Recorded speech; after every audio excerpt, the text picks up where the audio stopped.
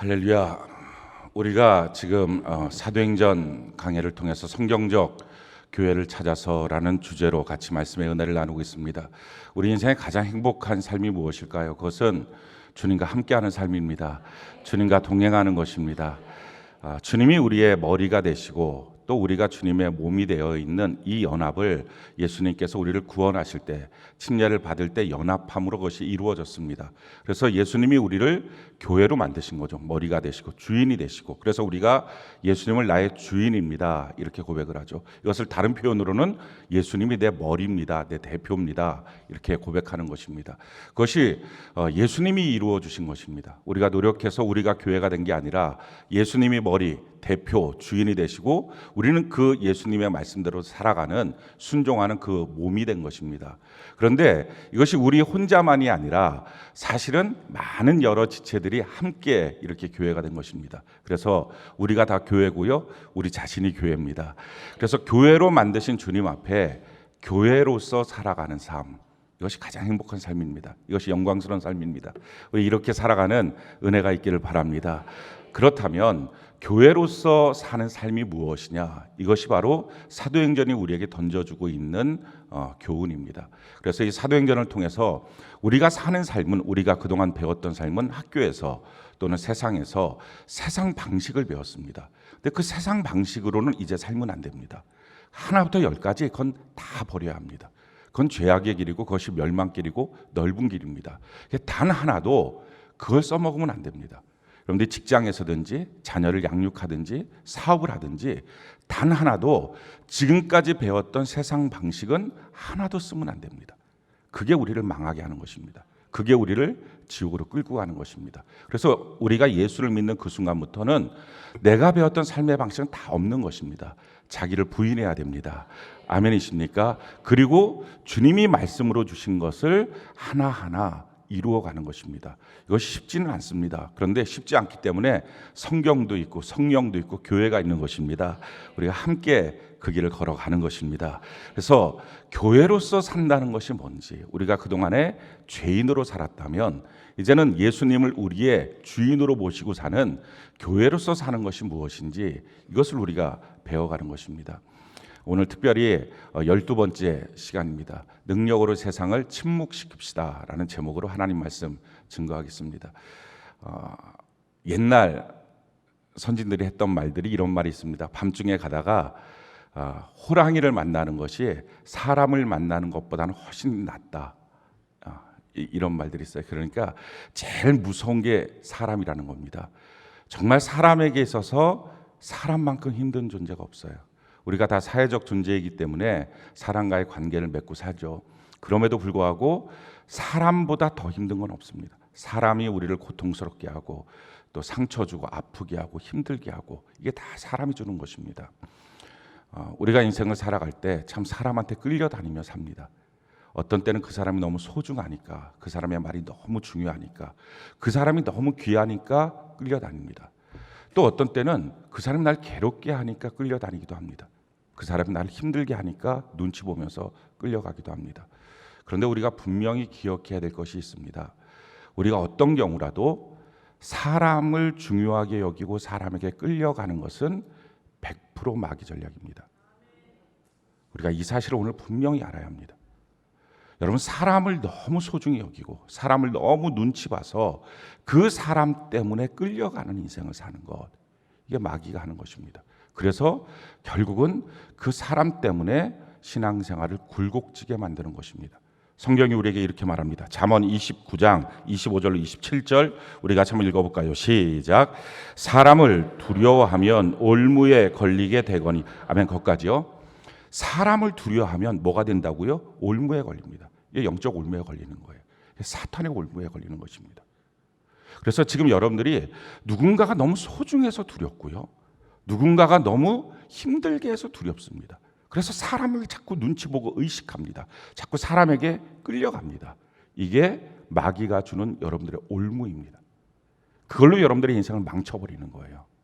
그게 남편이든지, 그게 아내든지, 그게 자녀든지, 회사 상사든지, 그것이 부모든지, 그것이 누구이든지 상관없습니다. 자꾸 눈치가 보이고 자꾸 신경이 쓰이는 거예요. 그게 마귀의 올무예요. 사람을 두려워하면 올무에 걸린다. 이 하나님의 말씀입니다. 그래서 지금 오늘 여러분들이 사람을 두려워하는 것이 있는지를 점검해 보십시오.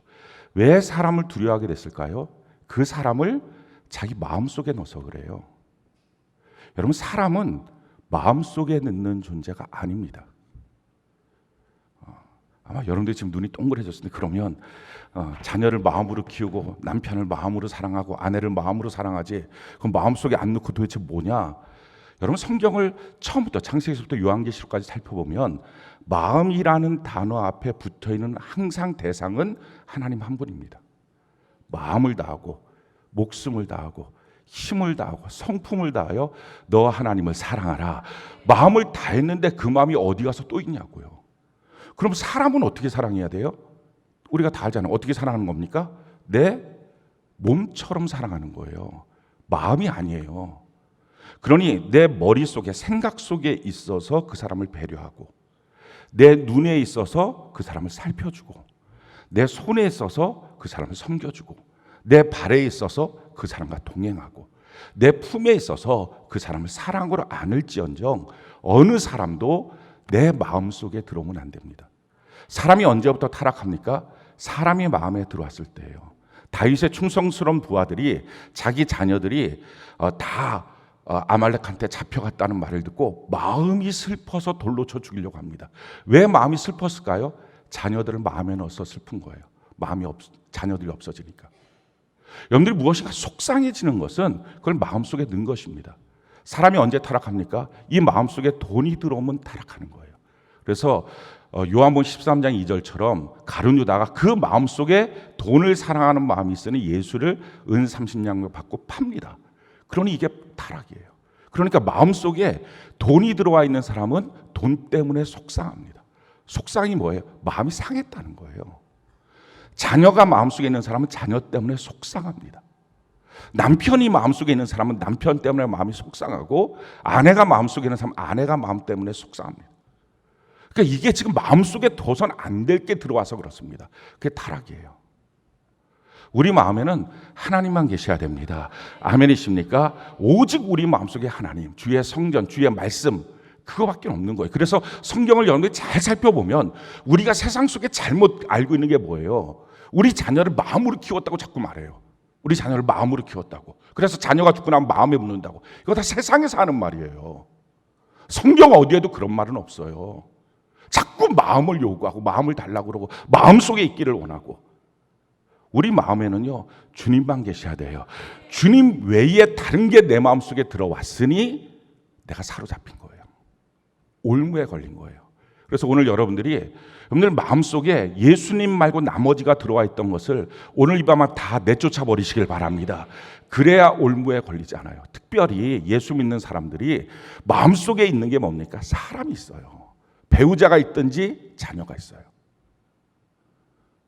그래서 어머니 기도회 할 때 제가 주문했던 게 이겁니다. 필요 없이 나중에 성령 충만하고 자녀를 위해서 기도할지언정 쓸데없이 먼저 자녀 놓고 기도하지 말라고 그랬어요. 왜 그러냐? 성령으로 내 마음을 채우고 자녀는 내 품에 놓고 사랑으로 키워야 되는데 그냥 기도하니까 성령이 없이 기도하니까 자녀가 기도하면 기도할수록 마음속에 더 들어와 버리는 거예요. 그래갖고 그 자녀 때문에 더 속상하고 더 결박당하는 거예요. 남편 놓고 기도하면 남편이 자기 마음속에 더 들어와서 남편 때문에 더 힘들고 그래서 남편의 모습 하나가 자기 신앙 전체를 휘둘려 버리고 그게 뭐라고요? 마귀의 올무예요. 아니 누구 때문에 마음이 상하냐고요. 누구 눈치 보고 사냐고요. 누구 때문에 흔들리냐고요. 누구 때문에 속상해갖고 마음이 휘청거리고 자기가 가는 신앙의 길에 자꾸 뭔가가 걸림돌이 되냐고요. 처음부터 잘못 들어온 거예요. 왜? 마귀가 지금 그 마음속에 올무를 집어넣은 거예요. 정신 똑바로 차려야 됩니다. 내가 그 사람을 귀히 여기는 것이 옳지 내가 내 자녀를 정말 귀히 여겨야 되지. 그게 귀히 여기는 게 아니라 망쳐버리는 거예요. 보십시오. 내 마음속에 들어와서는 안 될 것이 내 마음속에 들어와 있으니 마귀가 그걸 받고 장난치잖아요. 그걸 우상으로 만들기도 하고 그것으로 속상하게 만들고 그러니까 그게 뭐 하나 움직이면 내 신앙 전체가 흔들려 버리니까 그게 왔다 갔다 말 한마디 하는 것, 뭐 성적 하나 왔다 갔다 하는 것, 남편이 무슨 행동 하나 하는 것, 그걸로 자기의 모든 신앙생활, 교회생활이 다 흔들려 버리니까 마귀가 얼마나 갖고 놀기 쉬워요. 그러니 자기도 힘들고 그렇게 흔들리는 존재, 마귀한테 쓰임받는 그 존재는 어떻게 하겠어요? 더 고통스럽죠. 완전히 망쳐버리는 길이에요. 절대 그게 소중히 여기는 게 아니에요. 정말 소중히 여기는 건 하나님을 우리 마음속에 모시고 할렐루야, 하나님의 말씀대로 내 몸처럼 사랑하는 거예요. 내 몸을 갖고 사랑하는 거예요. 내 머리, 내 눈, 내 손, 내 발, 내 품, 이걸 갖고 사랑하는 거예요. 그래야 서로 망하지가 않아요. 사랑하는 성도 여러분, 오늘 여러분들의 마음속에는 주님 말고 헛된 것들 다 몰아내는 은혜가 있기를 바랍니다. 사람을 두려워하면, 사람을 그 마음속에 두면 이게 마귀에게 걸린 올무라는 것입니다. 지금 여러분들 누구가 자꾸 눈치 보입니까? 누가 자꾸 신경 쓰입니까? 뭐 때문에 자꾸 힘들어합니까? 뭐 때문에 자꾸 눈물이 납니까? 그래서 쓸데없이 우는 거 하지 말라는 거예요. 쓸데없이 힘들어하지 말라는 거예요. 회개해야 되지 뭘 힘들어해요. 그거를 통곡하고 해야 되지. 내가 정말 품지 않아야 될 걸 내 마음에 품었습니다. 이게 죄입니다. 이게 내 마음의 우상이었습니다. 마귀의 올무를 내가 그냥 나도 모르는 사이에 품어버렸습니다. 이거 철두철미하게 회개해야 됩니다. 그리고 뭘 해야 돼요? 오직 우리 마음속에는 주님만 모셔야 됩니다. 그래서 뭐라고 말해? 29장 25절 다시 한번 읽어볼까요? 잠언 29장 25절 같이 한 목소리 시작. 사람을 두려워하면 올무에 걸리게 되거니와 여호와를 의지하는 자는 안전하리라. 아멘. 그래요. 사람 두려워하면 안 돼요. 그러니까 오늘 여러분들 한번 생각을 해보세요. 아, 그 사람은요 내게 너무 소중하니까, 아니 그 사람 너무 아프니까, 그 사람 너무 힘드니까, 다 쓸데없는 얘기예요. 내가 그 사람한테 그동안 상처를 너무 많이 줬으니까, 다 쓸데없는 얘기예요. 마음에 두면 상호간에 망하는 거예요. 오늘 마음에서는 다 내보내야 돼요. 뭐든지 여러분들 마음속에는 하나도 없이 오직 여러분들의 마음속에 주님만 있기를 바랍니다. 주의 말씀만 있기를 바랍니다. 주의 몸된 교회만 있기를 바랍니다. 이게 온전한 삶의 모습, 이것이 교회다운 삶의 모습이에요. 만약에 이렇게 안 배웠다면 잘못 배운 거예요. 오늘 집에 가고 여러분들이 창세부터 요한계시록까지 다 읽지는 못할 거 아니에요. 그런데 검색은 할 수 있잖아요. 요즘에 성경 검색 그런 거 할 수 있으니까 검색해서 마음이라는 걸 딱 치고 한번 검색해 보십시오. 전체 검색에서 단 하나도 사람이라고 하는 대상을 품은 것이 있는지 성경에 한 자도 없어요. 제가 원래 알고 있었지만 오늘 올라오기 전에 또 한 번 검색한 거예요. 지금 이렇게 자신 있게 말할 때는 한 글자도 없다는 건 나중에 또 한 번 검색한 거예요. 그러니까 자신 있게 한번 해보시라고요.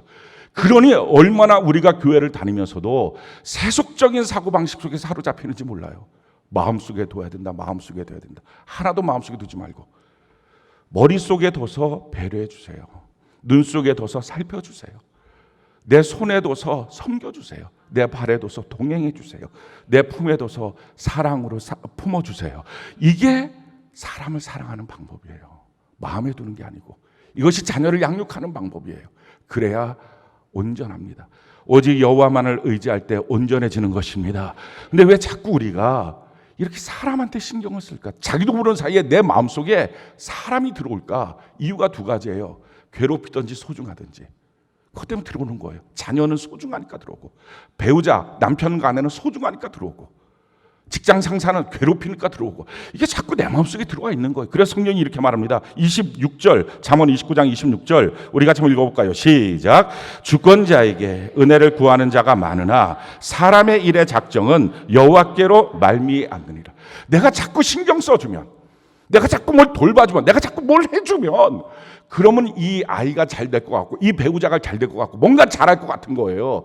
그리고 주권자에게 정말 그 사람한테 내 기쁨도 있고 행복도 있고, 그 사람을 통해서 내가 무엇인가 얻는 것도 있으니까 이 사람이 잘 돼야 나도 잘 되는 거지, 이 마음 때문에 자꾸 하는 거예요. 근데 뭐라고 말해요? 그걸 주권자라고 놓고 본다면, 너의 인생을 좌지우지하는 존재라고 놓고 본다면, 주권자에게 자꾸 은혜를 구하는 자가 많으나 하지 마라. 사람의 일의 작정은 여호와께로 말미암느니라.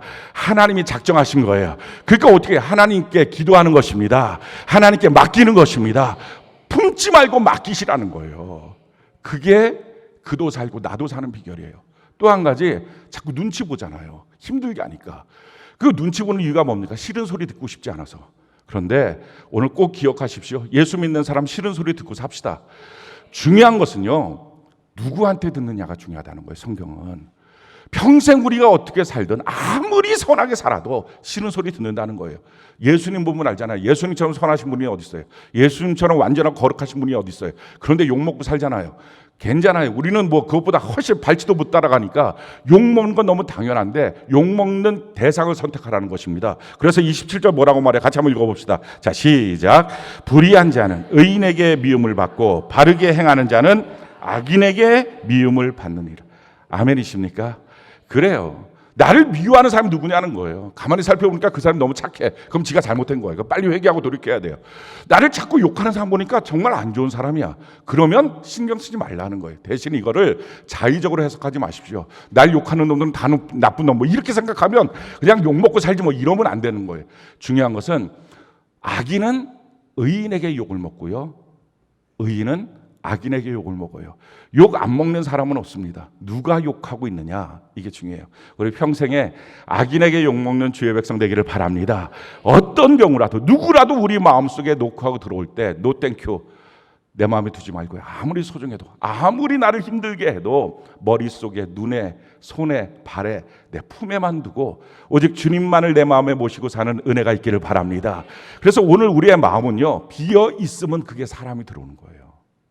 빈집에 마귀가 들어가듯이, 마귀의 올무가 들어가듯이 비어 있으면 안 되는 거예요. 지금 여러분들의 마음이 비어 있으면 안 돼요.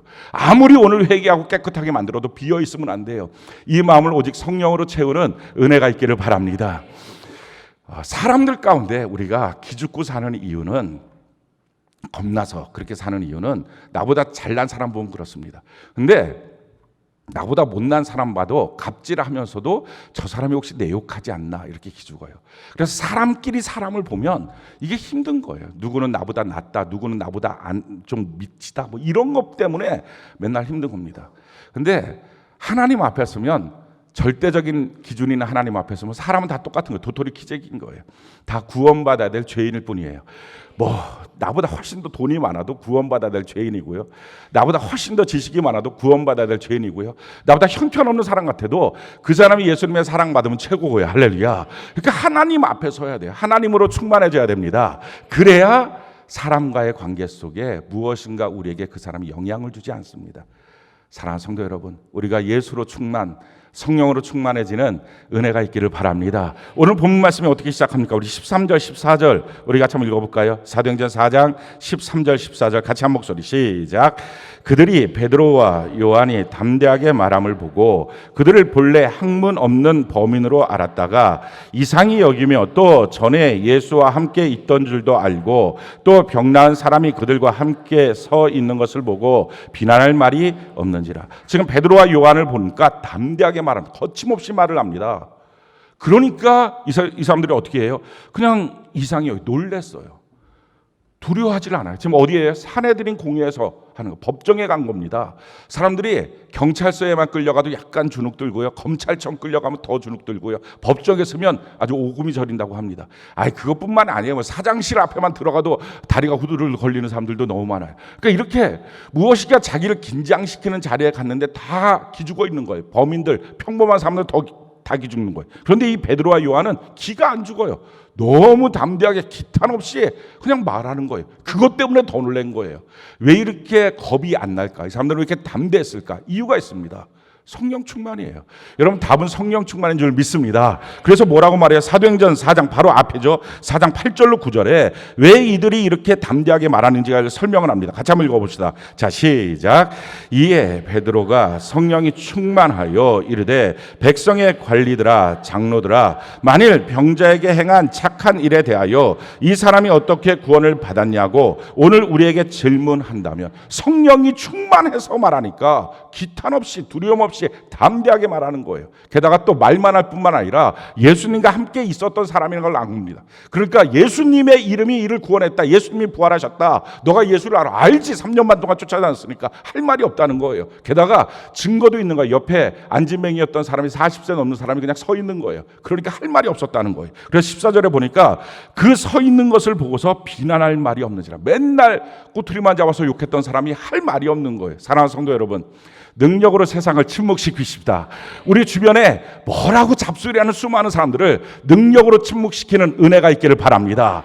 이렇게 딱 침묵을 시켰어요. 그러고 났더니 이들이 어떤 반응을 보입니까? 우리 15절, 16절 우리 같이 한번 읽어볼까? 15절, 16절 같이 한 목소리 시작.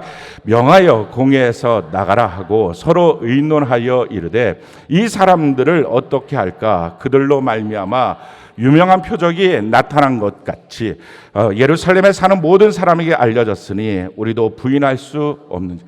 너무 불쌍하지 않습니까? 지들도 부인하지 못하면 믿어야지. 이걸 안 믿겠다고 그냥 박해를 하겠다고 괴롭히고 있으니 참 안타까운 사람들입니다. 기껏 한 게 뭐예요? 야 나가 있어 이거예요. 사랑하는 성도 여러분, 교회 갔다 오니까 또는 교회 간다고 할 때 집 나가 두려워하지 마십시오. 할 말 없을 때, 비난할 말이 없을 때 주로 사용하는 마귀의 어법이 나가라는 거예요. 나가라는 거. 나가라 그러면 그냥 나가 있다가 들어오라 할 때 들어오면 됩니다. 아무 걱정하지 마. 마음에 모두 담아두지 말아요. 그냥 마음에는 주님만 담아두는 은혜가 있기를 바랍니다. 그럼 나가라 해서 나왔어요. 나왔더니 자기들끼리 모여서 하는 말이 지금 뭡니까?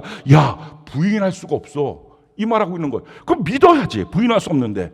그런데도 불구하고 믿기는 싫고, 그러니까 지금 그들이 전전긍긍합니다. 거기다 한 가지 더 알 수 있는 것은요, 예루살렘에 사는 모든 사람에게 알려졌어요. 이들이 얼마나 사람을 두려워해요. 지금 사내들인 공회원이라고 자기가 높은 자리에 있다고 하지만 사실은 다 사람 두려워해요. 어떤 사람이든 사람 두려워하지 않는 사람 없어요. 그런데 오직 성령에 충만한 사람만이 사람을 안 두려워해요. 아멘이십니까? 여러분들이 성령에 충만하다면 사람을 두려워하지 않는 은혜가 있기를 바랍니다. 사람 눈치 보지 않는 은혜가 있기를 바랍니다. 사람 눈치 보는 순간부터 신앙생활 삐딱해진 거예요. 신뢰할 수 없는 신앙생활이에요. 그 누구든지 사람 눈치가 자꾸 보인다. 사람에게 자꾸 신경 쓰인다. 이거 신앙생활 지금 잘못하고 있는 거예요. 사람에게 신경 쓰이는 순간부터는 성령의 음성이 그에게 중단됩니다. 하나님의 말씀을 못 들어요. 자녀 때문에 속상한 부모에게는 하나님의 음성이 없어요. 자녀를 내 마음속에 내놔야지. 남편 때문에 속상한 아내에게는 하나님의 음성이 없어요. 그러니까 결정하는 모든 것은 마귀적이에요. 정신 똑바로 차려야 됩니다. 그땐 그 무엇도 하면 안 돼요. 그래서 뭐 하는 거예요? 하나님께 맡기는 기도를 해야 됩니다. 그러고 나서야 무엇인가를 결정할 수 있는 거예요. 마음이 평안해지고 나서야. 그러기 전에는 아무 소용없는 거예요. 지금 이들은 다 두려워하고 있어요. 그러니까 부인할 게 없다. 지금 이렇게 말합니다. 그래서 기껏 그들이 결정한 게 뭐예요? 17절, 18절 우리 같이 한번 읽어볼까요? 한 목소리 시작. 이것이 민간에 더 퍼지지 못하게 그들을 위협하여 이후에는 이 이름으로 아무에게도 말하지 말게 하자 하고 그들을 불러 경고하여 도무지 예수의 이름으로 말하지도 말고 가르치지도 말라 하니 그들이 했던 마지막 결론이 뭐예요? 정말 아무것도 할 수 없으니까 말하지 말라는 거예요. 침묵하라는 거예요. 조용히 해 그거예요. 아무 말도 하지 마. 절대 기죽지 말아요. 이게 할 말이 없을 때 하는 방법입니다. 조용히 해. 아무 말도 하지 마. 듣기 싫어. 이런 말들. 혹시 이런 말들을 많이 들었습니까? 걱정하지 마십시오. 지금 주님이 그와 함께하고 있는 것입니다. 그러니까 아무 말도 못했을 때 조용히 하라. 하지 말라. 말하지 말라 하는 것입니다. 여러분 마귀가 제일 무서워하는 게 뭔지 아십니까? 우리의 선한 일보다 우리 입에 하나님의 이름이 선포되는 거예요. 그래서 오늘날에도 전도할 때 사람들이 이렇게 속입니다. 야 전도만 하면 뭐해? 선한 일 착한 일에서 행동으로 보여줘야지. 물론 맞습니다. 행동이 옳아야죠. 그러나 아무리 행동을 옳게 해도 오늘 성경이 뭐라고 말합니까? 이들이 병 고친 일에 대해서는 말 한마디 안 하는 거예요. 근데 예수 이름으로 선포하고 말한 것들을 침묵시키는 거예요. 입을 열어 전도하지 말라는 거예요. 예수 이름 말하지 말라는 거예요. 이게 핵심이었어요. 사랑하는 성도 여러분, 전 여러분들 입을 열어 선포하는 은혜가 있기를 바랍니다. 그래서 성경이 이렇게 말하는 거예요. 고린도전서 1장 21절 우리 같이 한번 읽어볼까요? 고린도전서 1장 21절 같이 한 목소리 시작. 하나님의 지혜에 있어서는 이 세상이 자기 지혜로 하나님을 알지 못함으로 하나님께서 전도에 미련한 것으로 믿는 자들을 구원하시기를 기뻐하셨도다. 그렇습니다. 그냥 우리의 행위로 행동으로만이 아니라 입술의 전도가 반드시 있어야 구원이 있습니다. 여러분들의 가정에서도 그것이 예수 믿는 가정으로 만들려면 선포하셔야 됩니다. 말해야 됩니다. 언젠가 내가 기도만 하고 있으면 저 자녀 바뀌겠지. 바뀌지 않습니다. 말하는 거예요. 마귀가 오라는 건 뭐예요? 침묵하라는 거예요. 조용히 하라는 거예요. 그래서 마귀가 제일 좋아하는 사람은요, 벙어리게. 개인데 짖지도 못하는 거. 이사야 56장 10절 우리 같이 한번 읽어볼까요? 시작. 이스라엘의 파수꾼들은 맹인이요 다 무지하여 벙어리 개들이라 짖지 못하며 다 꿈꾸는 자들이요 누워있는 자들이요 잠자기를 좋아하는 자들이니. 말을 안 하는 거예요. 말을. 어차피 말해봤자 소용없다고 자기 자신이 자포자기하고 이제 더 이상 기도만 해야지 뭐 할 말이 없어. 말하지 않게 하는 것. 이게 마귀의 전략이에요. 말하지 않으면 역사가 일어나지 않아요. 저는 입을 열어 말하는 은혜가 있기를 바랍니다. 중요한 것은 내가 말을 하는데 이 말이 오르진 말을 안 해서 문제예요. 감정이 섞이고 거기다가 말씀 아닌 게 뒤섞이고 자기 막 생각들이 뒤섞이고 숙제를 안 하면 하나님이 싫어하신다. 이게 무슨 숙제를 안 한 것과 하나님이 무슨 관계가 있는 거예요. 뭐 1등을 안 하면 하나님이 너를 미워하신다. 거기다 하나님은 또 왜 붙이는 거예요? 성적이 잘 나와야 하나님이 기뻐하신다. 이런 말도 안 되는 얘기도 하지 말고 정확하게 말하려면 어떻게 말해야 돼요? 성적이 얼마가 나오느냐가 중요한 게 아니라 자녀들이 학생이면 학생 때의 직업이 뭐냐? 그건 공부하는 거다. 공부하는 거 성실하게 하지 않는 것. 성실하신 하나님은 그거 싫어하신다. 등수가 몇 등이냐가 중요한 게 아니라 성실하게 해라. 이 말은 맞는 말이죠. 근데 1등 해야지 하나님 기뻐하신다. 꼴찌하면 하나님 안 기뻐하신다.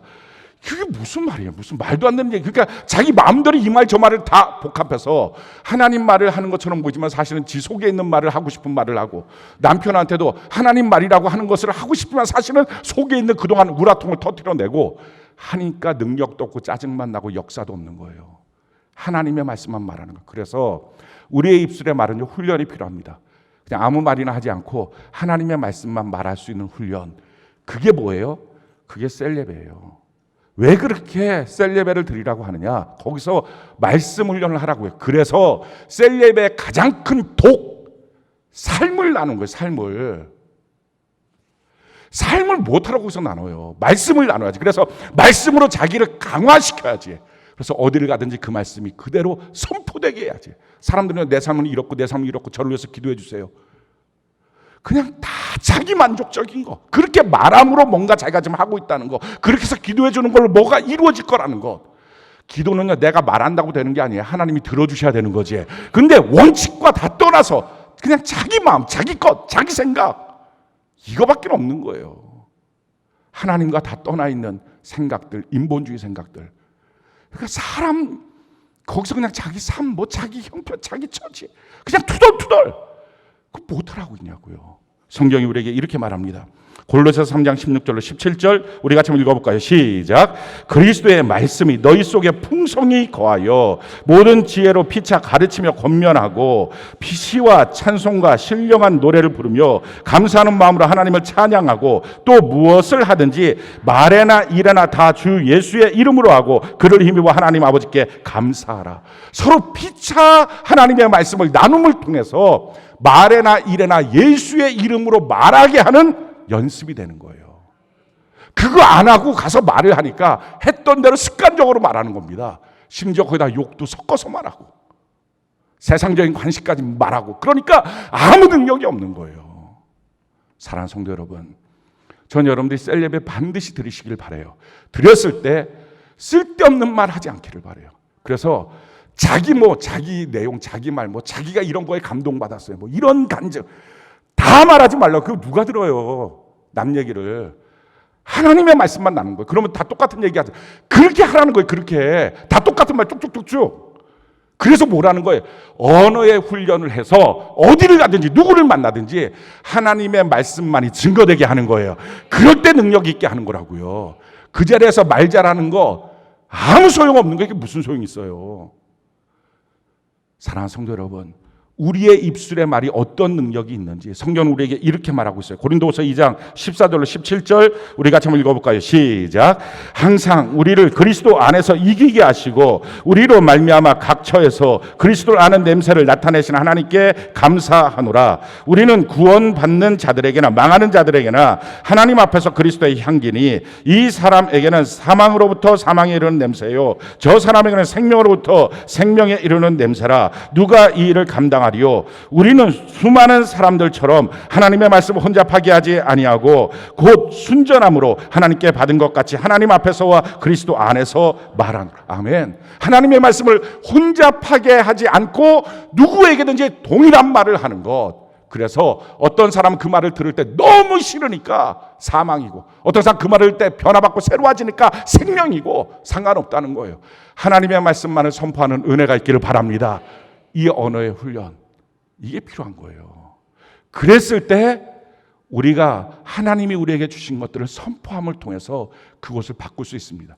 마귀가 가장 싫어하는 것, 말하지 말라는 거예요. 말하지 말라.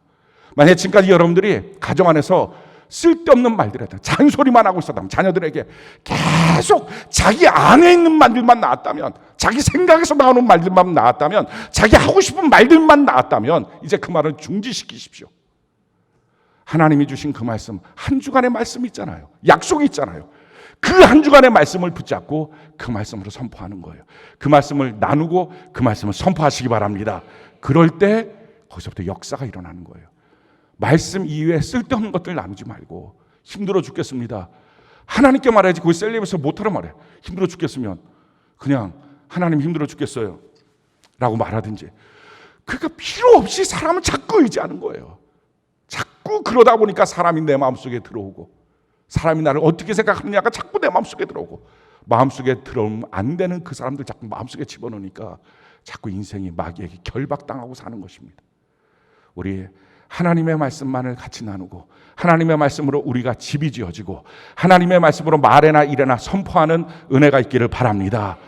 자, 그렇게 말하지 말라 그들이 그랬어요. 그랬을 때 베드로와 요한의 반응이 뭐였습니까? 우리 19절 20절 우리 같이 한번 읽어볼까? 19절 20절 같이 한 목소리 시작.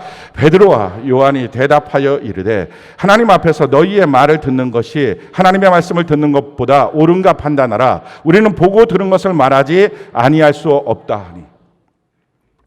이게 원칙입니다. 사랑하는 성도 여러분, 무엇을 하든지 판단하시기 바랍니다. 하나님인지 사람인지, 하나님인지 돈인지.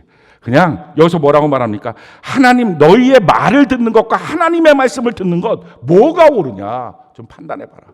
사랑하는 성도 여러분, 하나님의 말씀대로 사는 것과 세상의 원리대로 사는 것 뭐가 옳은지 판단해보라고요. 섞지 말고 그냥 하나님의 말씀만을 붙잡고 사는 은혜가 있기를 바랍니다. 여러분들이 누구의 종입니까? 하나님의 종 아닙니까? 그렇다면 하나님의 말씀만으로 충만해지시길 바랍니다. 형편, 처지 이런 거 얘기하지 말고 오직 하나님만으로 충만해지는 것, 그 은혜가 있기를 바랍니다. 성경이 이렇게 말하죠. 갈라디아서 1장 10절 우리 같이 한번 읽어볼까요? 시작. 이제 내가 사람들에게 좋게 하랴 하나님께 좋게 하랴 사람들에게 기쁨을 구하랴 내가 지금까지 사람들의 기쁨을 구하였다면 그리스도의 종이 아니니라. 교회도 사람을 기쁘게 자꾸 하려고 그러면 그리스도의 교회가 아닌 것입니다. 목사도 셀장도 사람들 눈치 자꾸 보고 사람들이 자기 마음 안에 있으면 하나님의 종이 아닌 것입니다.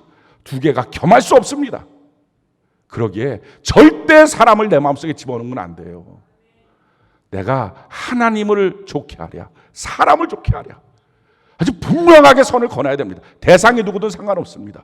또한 성경이 우리에게 이렇게 말합니다. 데살로니가전서 2장 4절 우리 같이 한번 읽어볼까요? 시작. 우리가 이와 같이 말함은 사람을 기쁘게 하려 함이 아니요 오직 우리 마음을 감찰하시는 하나님을 기쁘시게 하려 함이라. 아멘.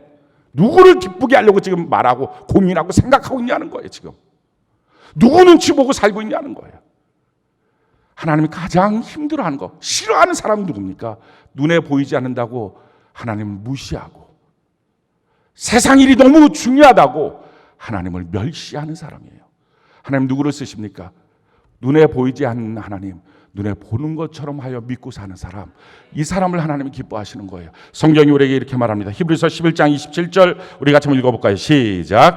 믿음으로 애굽을 떠나 왕의 노함을 무서워하지 아니하고 곧 보이지 아니하는 자를 보는 것 같이 하여 참았으며. 왕이 노했다 할지라도 신경 쓰지 않았다는 것입니다.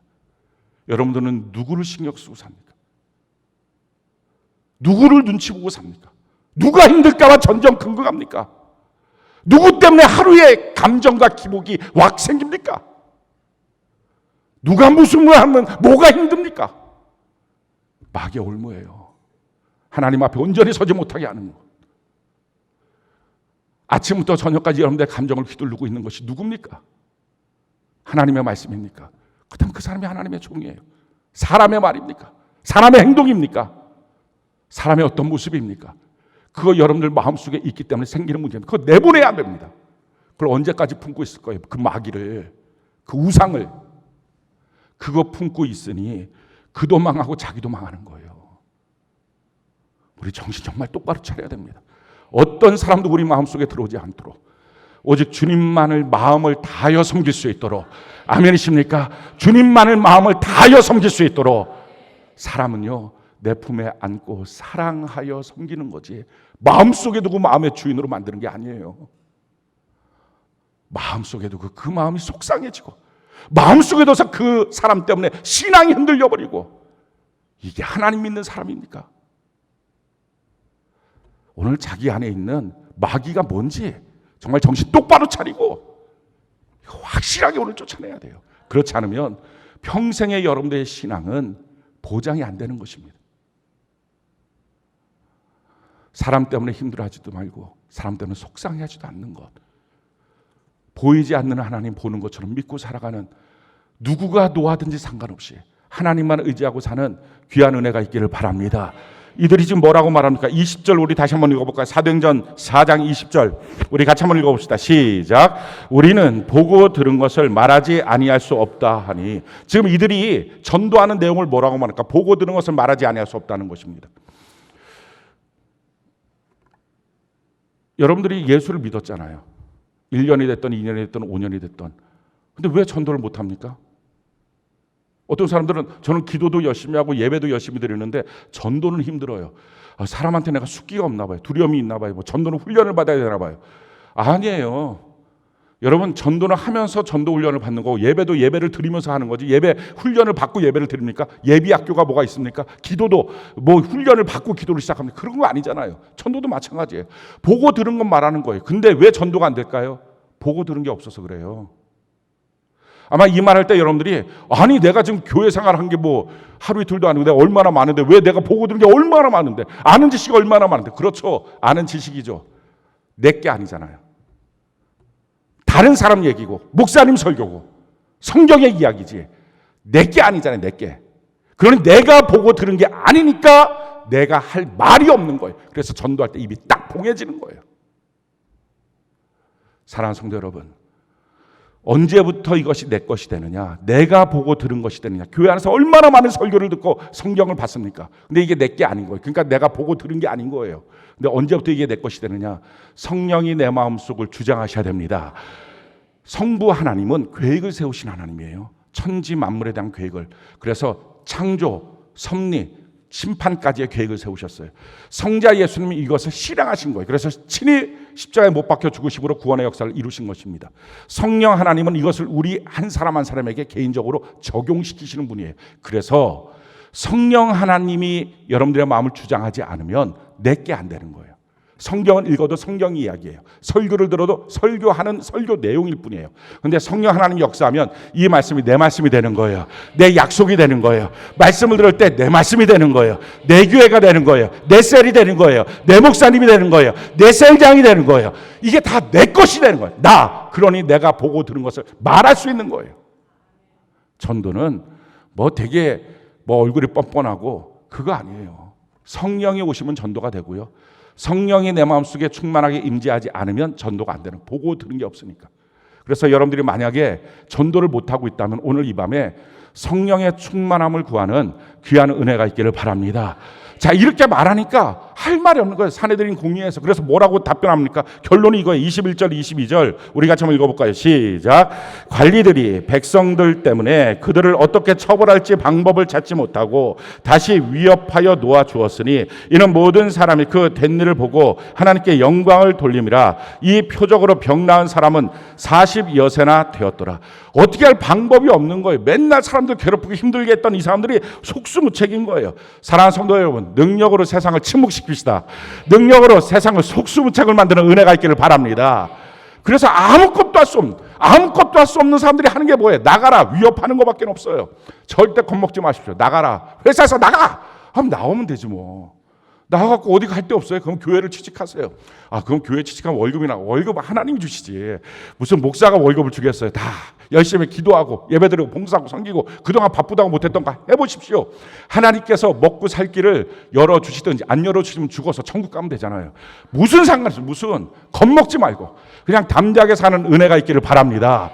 회사에서 나가라면 나오는 거고 집에서 나가라면 집 밖에 있다가 그러니까 또 어느 날 들어오라 하면 또 들어가고 배알도 없냐? 배알도 없는 거지. 전도하러 들어가는데 무슨 배알이 있어. 그냥 그래가 또 들어가고 그냥 그렇게 살아가시기 바랍니다.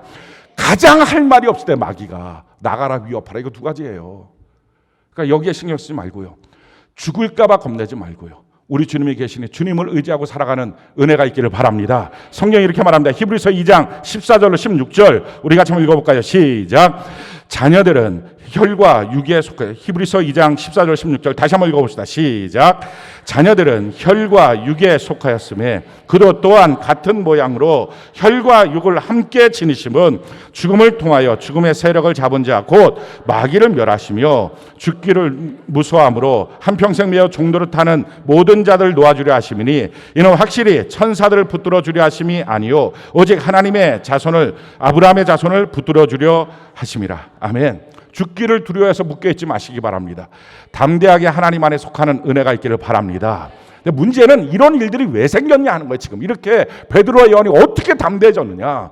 기독교는요 사건이에요. 사건. 성령 충만의 사건. 이들이 성령의 충만함을 받기 전에는 어땠습니까? 베드로가 대제사장의 집에 갔을 때 예수님 신문 받고 있을 때 갔을 때 계집종이 물어보는 너 예수랑 같이 있었지? 예수님 부인하고 또 부인하고 마지막에는 예수님 눈과 마주쳤는데도 저주하고 이랬던 사람이에요. 그러고 난 다음에 나중에 이제 디베라 바닷가에서 밤새도록 금을 던졌는데 하나도 낚지 못했을 때 예수님 찾아와서 너가 나를 사랑합니다. 그럼 내 양을 쳐라. 아멘. 그렇게 하고 나서 이제 너가 어디를 가든지 너 마음대로 가는 게 아니라 너를 이렇게 묶어서 뛰어서 갈 것이다. 이렇게 예수님 그의 장래에 대해서 예언을 하셨습니다. 그럼 아멘 하고 내 장래가 어떻게 될까? 이걸 고민해야 되는데 그걸 안 하고 저 요한은 어떻게 되겠습니까? 이 엉뚱한 사람. 사람밖에는 신경이 안 써요. 그러니까 예수님이 야 쓸데없는 생각하지 마. 너만 생각하고 따라와. 이렇게 말하잖아요. 또 요한은 괜찮습니까? 요한도 똑같아요. 요한도 자기 어머니 샬루베를 통해서 무엇인가 권력을 가지려고 애를 쓰고 이런 종류의 사람들입니다. 다른 말로 말하면 저와 여러분들과 똑같은 사람이었다는 거예요. 근데 이들이 성령의 충만함을 받았어요. 그리고 바뀌었어요. 우리도 마찬가지야. 성령의 충만함으로 바뀌어지게 될 줄로 믿습니다. 사람을 바꾸는 능력은 성령의 충만함밖에 없어요. 성령에 충만하니까 사람한테 기죽지 않고 성령에 충만하니까 사람들 앞에 담대하고 성령에 충만하니까 사람들 향해서 두려워하지 않고 사람들 내 마음속에 두지 않고 하나님만을 내 마음속에 모시고 성경 그대로 살아가는 성경적 교회의 삶을 사는 것입니다. 성령 하나님은요 약속하신 분이에요. 그래서 우리가 구하면 반드시 오시는 것입니다. 성경이 우리에게 이렇게 말합니다. 사도행전 2장 33절 우리 같이 한번 읽어볼까요? 시작.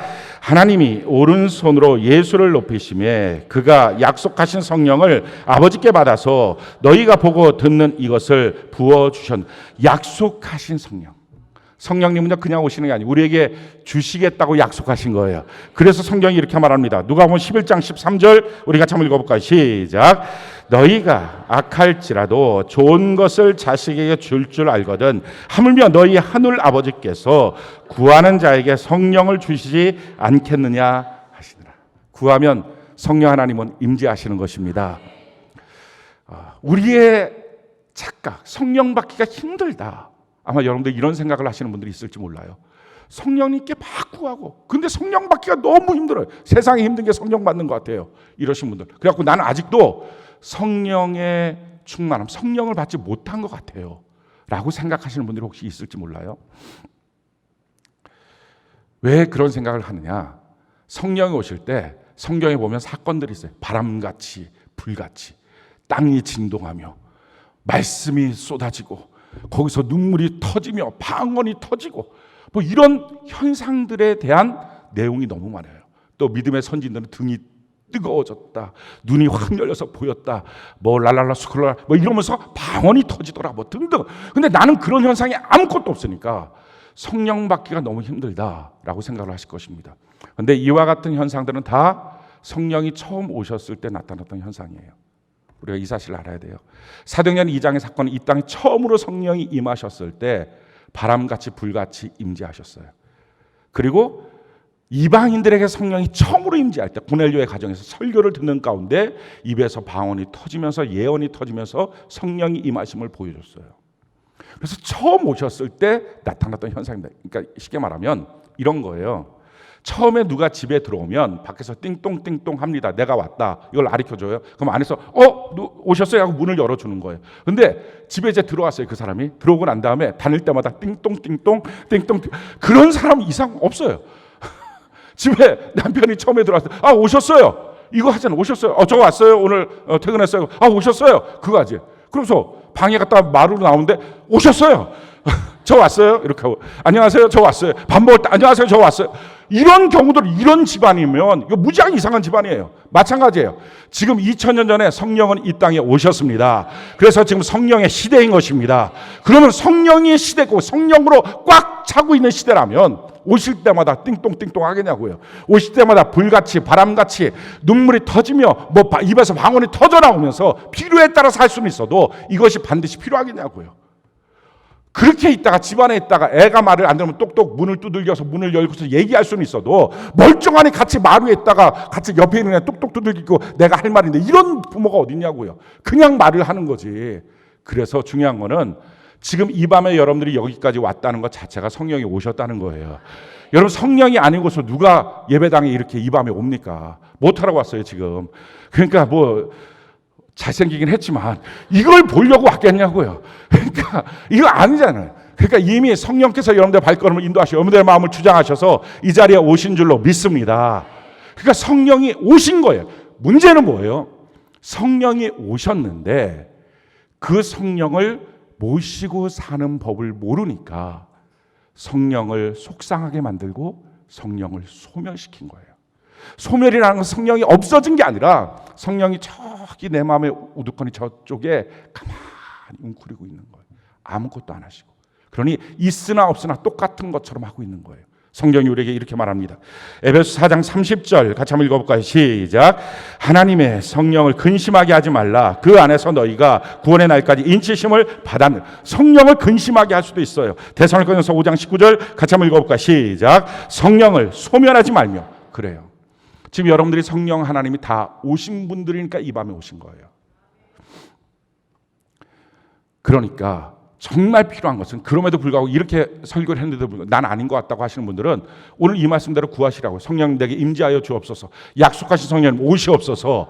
그러면 어떻게 하신다고? 약속했으니 너가 구하면 오시겠다고 하셨으니 즉시 오실 줄로 믿습니다. 그래도 나는 현상이 필요하다고. 바람같이 불같이. 그럼 2000년 전으로 가든지 타임머신을 타고 아닐 것 같으면 그냥 이 말씀을 믿든지. 그러니까 이 말씀 믿고 구했으니 오셨겠구나. 중요한 건 뭐예요? 이제부터 이 성령 하나님을 어떻게 모시고 나를 지배하도록 살까? 이 성령으로 어떻게 말하게 할까? 그래서 법정에서 두려움 없이 말했던 베드로 요한처럼 어떻게 성령으로 말할까? 어떻게 어떤 사건들이 눈에 보이든 성령으로 그걸 볼까? 성령으로 들을까? 내 마음에 담지 않고 성령으로 들어서 내 아내, 내 남편, 내 자녀의 일들이 성령으로 들려져서 어떻게 해야 될지 성령이 가르쳐준 길로 갈까? 성령의 충만이 뭐예요? 충만이라는 것은 수도관이 지나갈 때 위에서 꽃갱이로 잘못 툭 건드렸더니 꽃갱이의 더러운 게 그 안에 들어가는 게 아니라 그 안에는 수도관에 물이 팽팽했을 때 팍 터져 올라가는 것처럼 이게 충만이에요. 내 안에 어떤 가시로 찔러도 그것 때문에 내가 아픈 게 아니라 내 안에는 성령이 반응하는 거예요. 누가 뭐라 할 때 내 입에 성령이 내 안에 꽉 차서 나오는 거예요. 눈으로 보여지는 거예요. 귀로 들려지는 거예요. 이게 성령의 충만이에요. 또한 성령의 충만이라는 것은 이렇게 성령이 나를 지배하는 것입니다. 중요한 것은 그러기에 또다시 오늘 내게 성령님 임재하세요 라는 것보다 훨씬 더 중요한 것, 이미 오신 성령님과 동행하고 그분이 충만하게 나를 지배하고 있느냐, 이게 중요해요. 그래서 볼 때마다 들을 때마다 말할 때마다 성령으로 하고 있느냐 하는 거예요. 자, 그러면 어떻게 하면 성령으로 살까? 성령으로 충만해질까? 내가 성경적 교회라면 성령으로 충만하지 않는 교회는 교회의 능력이 전혀 없는 건데 어떻게 하면 내가 성령으로 충만하게 살까? 성령으로 지배받으면서 살까? 세 가지가 필요합니다. 제일 첫 번째요. 오직 예수, 오직 성령, 주님만 붙들고 사는 은혜가 있기를 바랍니다. 구체적으로 이것을 어떻게 하느냐?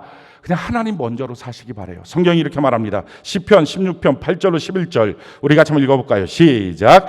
내가 여호와를 항상 내 앞에 모시며 그가 나의 오른쪽에 계심으로 내가 흔들리지 아니하리로다. 그러므로 나의 마음이 기쁘고 나의 영도 즐거하며 내 육체도 안전히 살리니 이는 주께서 내 영혼을 소홀히 버리지 아니하시며 주의 거룩한 자를 멸망시키지 않으실 것임이니이다. 주께서 생명의 길을 내게 보이시리니 주의 앞에는 충만한 기쁨이 있고 주의 오른쪽에는 영원한 즐거움이 있나이다. 내가 여호와를 항상 내 앞에 모시며, 여러분 하나님을 앞에 모시길 바랍니다. 그 어떤 것이 있어도 고민하지 마세요. 고민하는 것 자체가 이미 진 거예요. 갈등하는 것 자체가 진 거예요. 이럴까 저럴까 생각도 하지 마세요. 그냥 하나님을 앞에 모시기 바랍니다. 시간 보면 예배 시간 선택 땡 그렇게 하는 거예요. 시간 보면 기도 시간 선택 땡 그렇게 하고 하는, 이거를 할까 저거를 할까 고민도 하지 말고, 물질을 보면 11조 하나님께 예물 드리는 거 땡 그걸로 끝나는 거예요. 다른 거 뭐 더 거기다 섞지도 말고, 사람 보면 복음의 메시지 증거하는 거 땡 그거 더 하지도 말고. 제가 왜 자꾸 이렇게 땡땡거리느냐?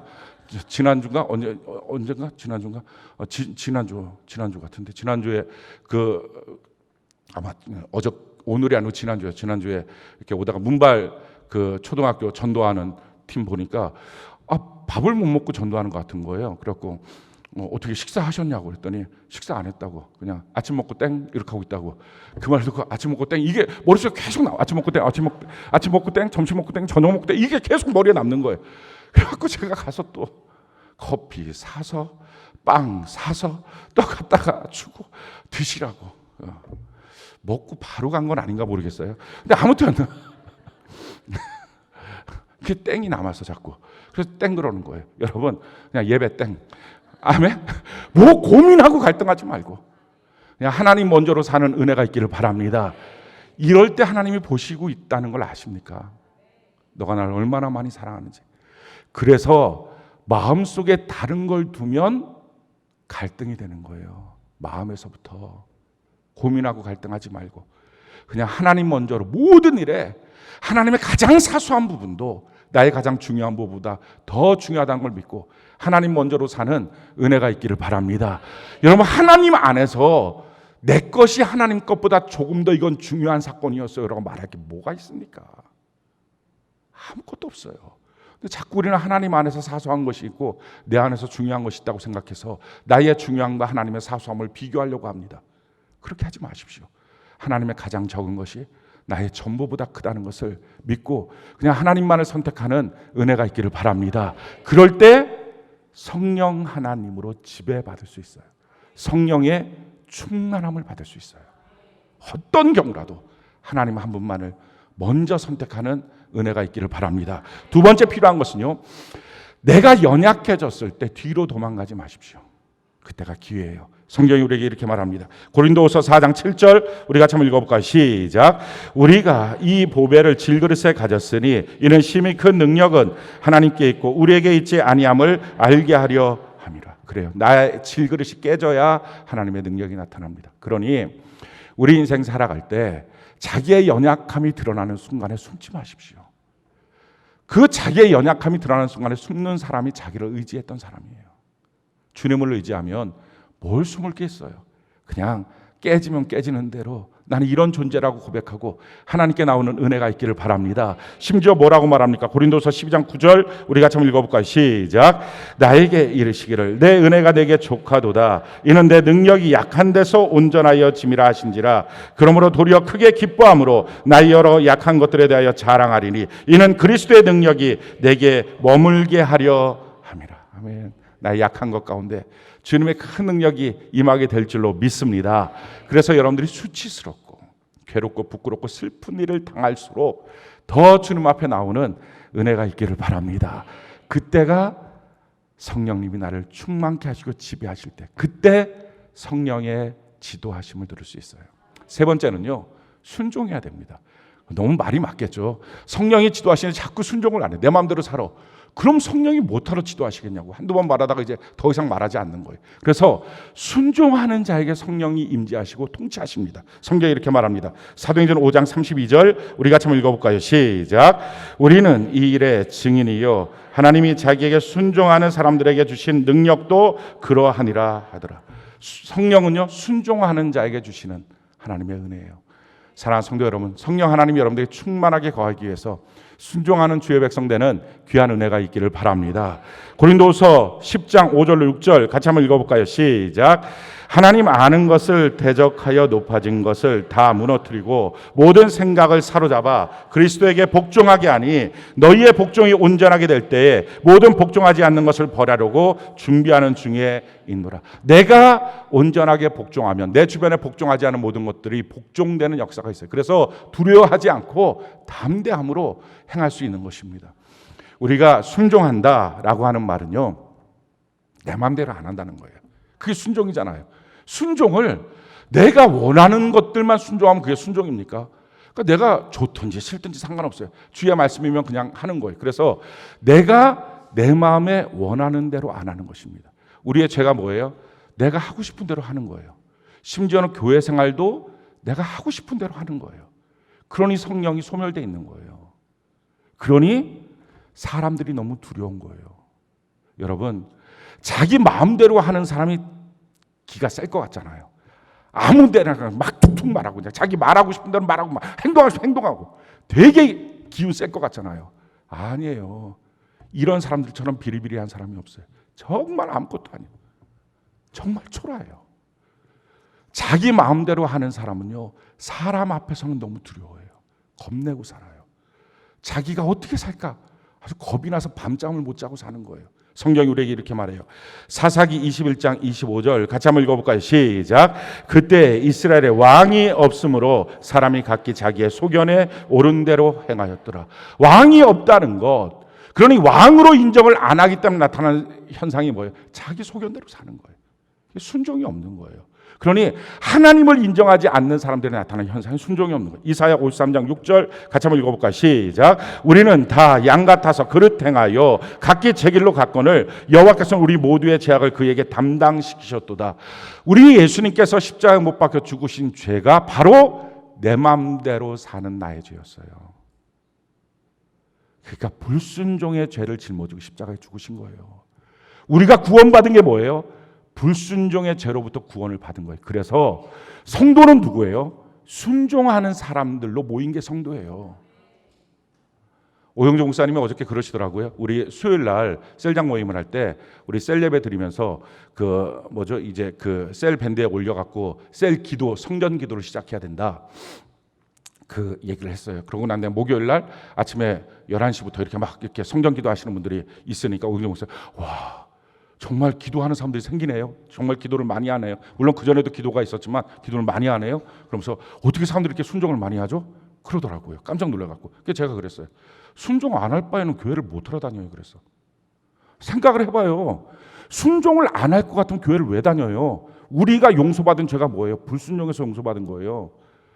우리 마음대로 각자 제 길로 갔던 그것을 하나님께서 예수님께 담당시켜서 예수님을 죽이시면서 우리를 구원하신 거예요. 거기로부터 구원받은 우리가 또다시 내 마음대로 삽니까?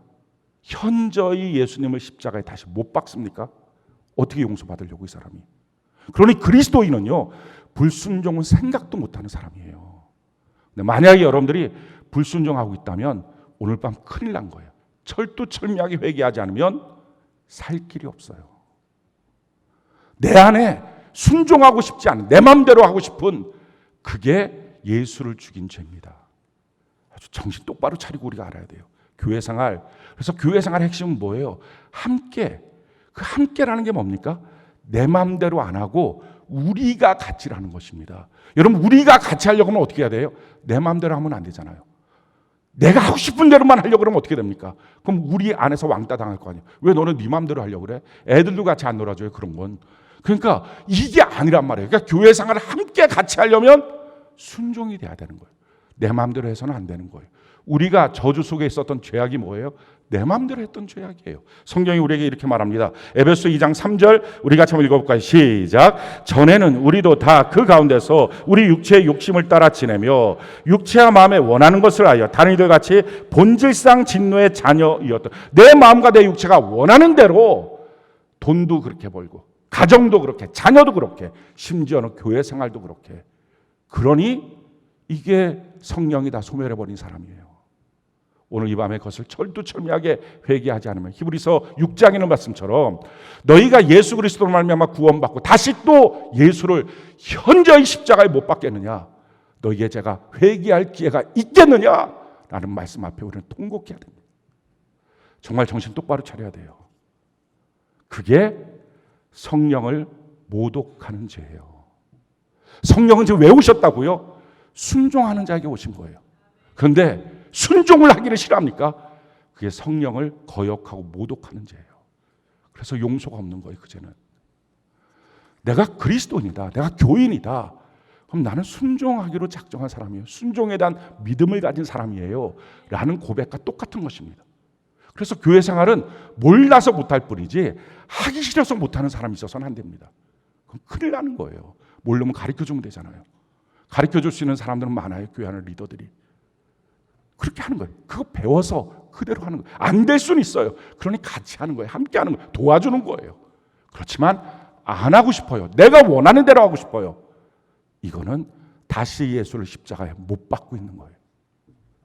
성경이 우리에게 이렇게 말합니다. 잠언 18장 1절 우리 같이 한번 읽어볼까요? 시작. 무리에게서 스스로 갈라지는 자는 자기 소욕을 따르는 자라 온갖 참 지혜를 배척하느니라.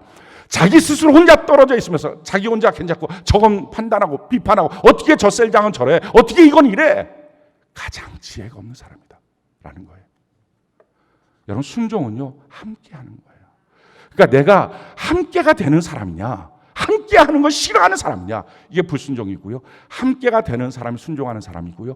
함께가 되는 사람이 성령의 지배와 성령의 충만을 받는 사람이에요. 그러니 오늘 이 밤에 자기가 함께가 안 된다면 통곡하고 회개하고 함께가 되는 사람으로 아주 결단하고 바뀌어지는 은혜가 있기를 바랍니다. 성경이 이렇게 말합니다. 고린도전서 1장 10절 우리 같이 한번 읽어볼까요? 시작. 형제들아, 내가 우리 주 예수 그리스도의 이름으로 너희를 권하노니 모두가 같은 말을 하고 너희 가운데 분쟁이 없이 같은 마음과 같은 뜻으로 온전히 합하라. 이게 그리스도인이에요. 그러니 세상의 지금 모습은 어떻습니까? 세상에서는요, 반에서도 대적하고 불순종하고 이것이 잘한다고 박수받고, 이게 세상의 악한 영들의 모습입니다. 점점 시대가 지나면 지날수록 이렇게 악해질 것입니다. 그러나 성도들은, 그리스도인들은 이렇게 사는 것이 아닙니다.